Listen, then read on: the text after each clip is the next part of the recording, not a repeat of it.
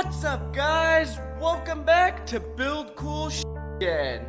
Today, we're back to work on the world's first scooter to mini bike swap.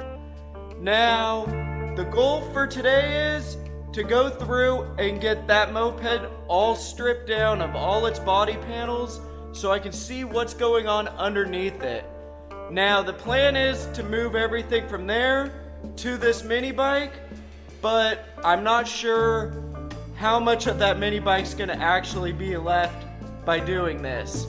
So depending on how things go and what I think's gonna happen, we may wind up just building a new frame for this thing and build a one-of-a-kind mini bike frame to move everything over to, or we may just try to utilize that and just cut it up to all hell. But I won't know until I get this thing stripped down, so I can start figuring out what it looks like and what I can use and what I'm gonna need to try to do this. So before we get started, let's go ahead and smash that like and subscribe button so we can keep on building cool shit.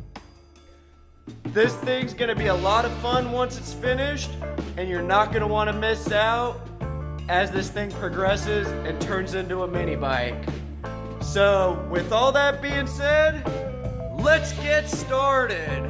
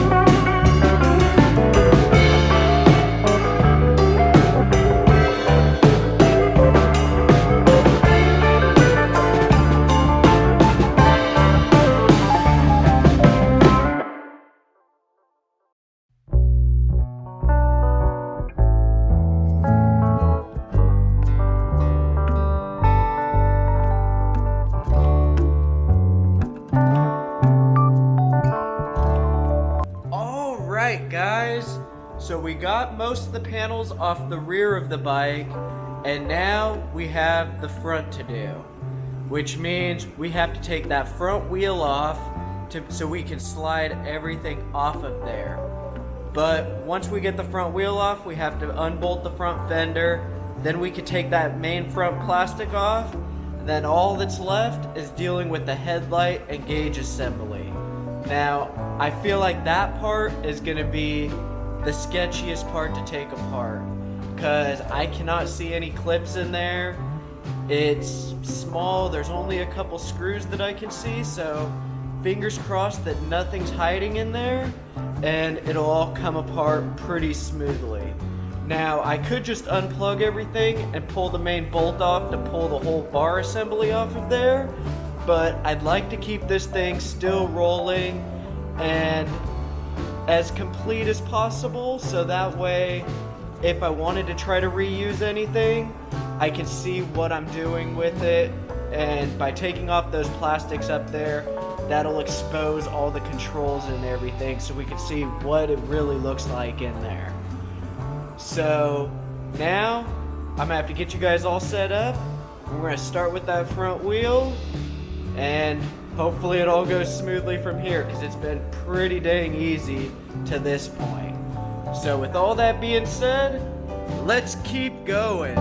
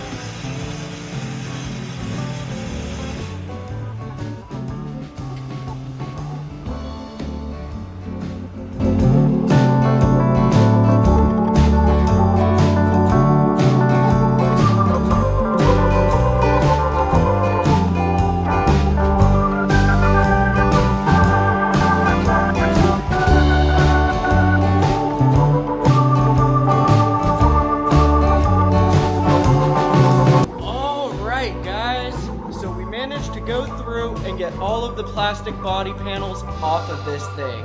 And now that I see it, I'm just thinking to myself, what have I gotten myself into on this? There is no way I'm gonna be able to fit the engine and that into that little tiny mini bike frame. The engine's so much wider, it would just look ridiculous. So that leaves me with the option of A, we build a custom frame for this, or B, we cut up this frame and we build a custom frame for this. So I'm not 100% sure of whether I want to start from complete scratch or do I try to utilize the motor mounting that's on this frame so that way I can keep the rear suspension and maybe do something cool with this. Possibly we could cut out the middle, shorten it up, build some tubular structure, delete the gas tank and relocate it somewhere, and just get a little creative on this thing. But I have no idea right now. So we're gonna call it a wrap on this episode. In the next episode, you guys will probably get a couple episodes of the Postal Jeep before we get back to this build, because now I need to go through and figure out what I'm gonna do with this thing. So that way when we come back to it, we've got a game plan and we know what to do next. But before we get out of here, let's go ahead and smash that like and subscribe button so we can keep on building cool shit. You're not going to want to miss out when we make a decision on this thing, and you're definitely not going to want to miss out on the Postal Jeep build. So with all that being said, I'll catch you guys on the next episode. Peace!